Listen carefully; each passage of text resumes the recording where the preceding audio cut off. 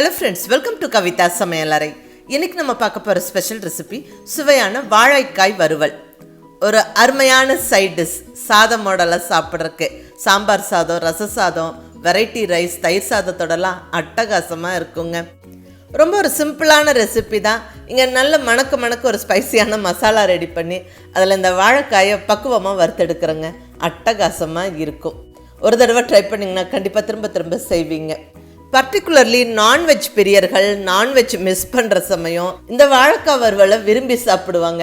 ஏன்னா இது அப்படியே ஒரு கறி வறுவல் டேஸ்ட்டில் இருக்குங்க. அதை நீங்கள் ட்ரை பண்ணி பார்த்தீங்கன்னா உங்களுக்கே தெரியும். வாங்க இப்போ அருமையான வாழைக்காய் வறுவல் எப்படி பண்ணுறதுன்னு பார்க்கலாம்.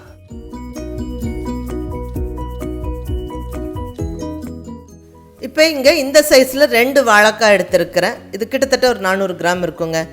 இப்போ இந்த வாழைக்காயை நல்லா சின்ன பீசஸாக கட் பண்ணி எடுத்துருவோம்.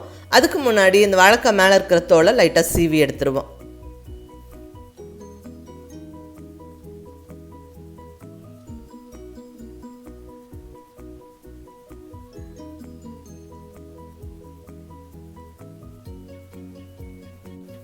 கம்ப்ளீட்டாக தோலெல்லாம் சீவியாச்சு. இது இப்படி ஸ்லிட் பண்ணி விட்டுட்டு சின்ன பீசஸாக கட் பண்ணிடலாம்.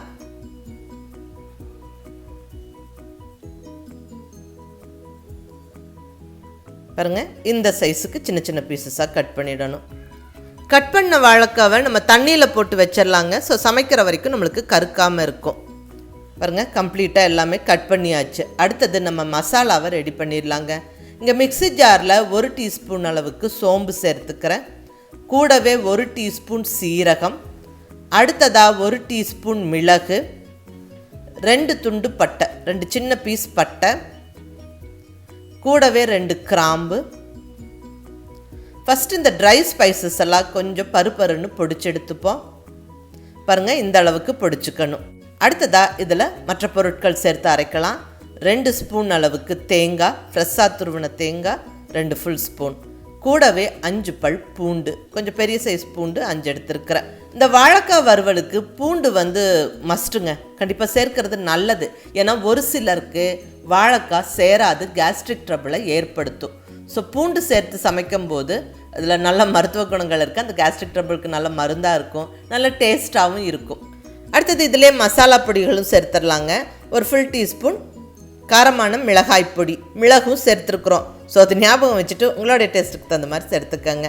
1.5 டீஸ்பூன் அளவுக்கு மல்லிப்பொடி. அடுத்ததாக கொஞ்சமாக மஞ்சள் பொடி, ஒரு 1/4 டீஸ்பூன் மஞ்சள் பொடி, கூடவே 1/2 டீஸ்பூன் காஷ்மீரி மிளகாய் பொடி கலருக்கு வேண்டி. இப்போ இதெல்லாம் கொஞ்சமாக தண்ணி விட்டு அரைச்சிக்கணும். ரொம்ப ஃபைன் பேஸ்ட் ஆக்க வேண்டாம். பாருங்கள், இந்த அளவுக்கு அரைச்சிக்கங்க. இப்போ மசாலா நல்ல கமகமன்னு வாசனையோட ரெடி.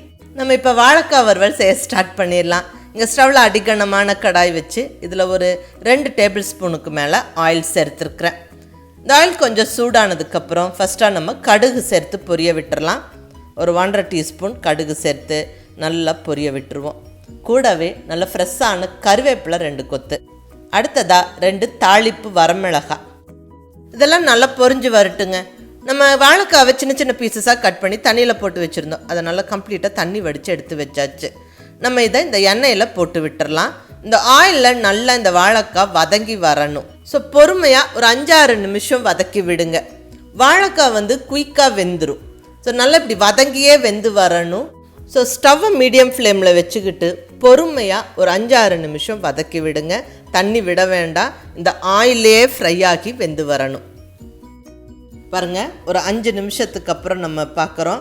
வாழைக்காய் கொஞ்சம் நல்லா வதங்கிருச்சு. கலர் மாதிரி இருக்கிறது தெரியுது, அந்த ப்ரௌனாக இருக்கிறது தெரியுது. பாருங்கள், மேலெல்லாம் கிறிஸ்பி ஆயிடுச்சு, உள்ளே நல்லா பஞ்சு மாதிரி சாஃப்டாக வெந்திருக்குங்க. இப்போ இந்த ஸ்டேஜில் நம்ம மசாலாவை சேர்த்துக்கலாம். அரைச்சி ரெடியாக வச்சுருக்கிற மசாலாவை எடுத்து போட்டு விட்டுருங்க. அரைச்ச மசாலாவை கம்ப்ளீட்டாக சேர்த்தாச்சு. இப்போ நம்ம ஸ்டவ்வை சிம்மில் வச்சுக்கிட்டு பொறுமையாக இன்னொரு 3-4 நிமிஷம் வதக்கி விடணும். அந்த மசாலாவில் பூண்டெல்லாம் பச்சையாக சேர்த்து அரைச்சிருக்கிறோம். ஸோ அதை நல்லா அந்த ஆயிலில் ஃப்ரை ஆகி வரணும். கண்டிப்பாக மிஸ் பண்ணாமல் தேவையான அளவுக்கு உப்பு சேர்த்துக்கங்க. உப்பு சேர்த்து கலந்து விட்டு நல்லா பொறுமையாக வதக்கி விடுவோம். மசாலா எல்லாம் கம்ப்ளீட்டாக அந்த வாழைக்காய் மேலே நல்லா கோட்டாகிற மாதிரி கலந்தாச்சு. இப்போ கண்டிப்பாக ஸ்டவ்வை சிம்மில் வச்சுட்டு நம்ம வறுத்து விடுவோம். ஏன்னா இங்கே ஆல்ரெடி நல்லா வாழைக்காய் வெந்துருச்சு, இந்த மசாலா மட்டும் நல்லா வதங்கி வரணும். ஸோ ஸ்டவ்வுக்கு நல்லா சிம்மில் வச்சுக்கிட்டு பொறுமையாக வறுத்தெடுங்க. அவ்வளோதாங்க. பாருங்கள், அருமையாக மசாலா பிடிச்சிருக்கு, நல்லா வாழைக்காவும் வெந்துருச்சு. சூப்பராக இருக்குங்க. நீங்கள் ஒரு தடவை ட்ரை பண்ணிங்கன்னா கண்டிப்பாக திரும்ப திரும்ப செய்வீங்க. இப்போ ஃபைனலாக கொஞ்சமாக கருவேப்பிலை கொத்தமல்லியை போட்டு விட்டு கலந்து விட்டுறலாம். நல்லா கமகமன்னு வாசனையாக இருக்கும். அவ்வளோதாங்க, சுவையான வாழைக்காய் வறுவல் ஜம்முன்னு ரெடி ஆயிடுச்சு. இது ரொம்ப ஒரு simple and easy recipe, but ரொம்ப நல்லா டேஸ்ட்டாக இருக்கும். நீங்கள் ஒரு தடவை ட்ரை பண்ணிங்கன்னா கண்டிப்பாக திரும்ப திரும்ப செய்வீங்க. சாம்பார் சாதம், ரச சாதம், தயிர் சாதம், வெரைட்டி ரைஸஸோடலாம் ஒரு அட்டகாசமான காம்பினேஷனில் இருக்கும். மிஸ் பண்ணாமல் ட்ரை பண்ணி பாருங்கள். செஞ்சு பார்த்துட்டு எப்படி இருந்துச்சுன்னு உங்கள் ஃபீட்பேக் சொல்லுங்கள். பிடிச்சிருந்தா லைக் பண்ணி, ஷேர் பண்ணி, கமெண்ட் பண்ணுங்கள். கவிதா சமையலறை சப்ஸ்கிரைப் பண்ணி என்னுடைய மற்ற ரெசிபிஸும் வீடியோஸும் பாருங்கள். தேங்க்யூ.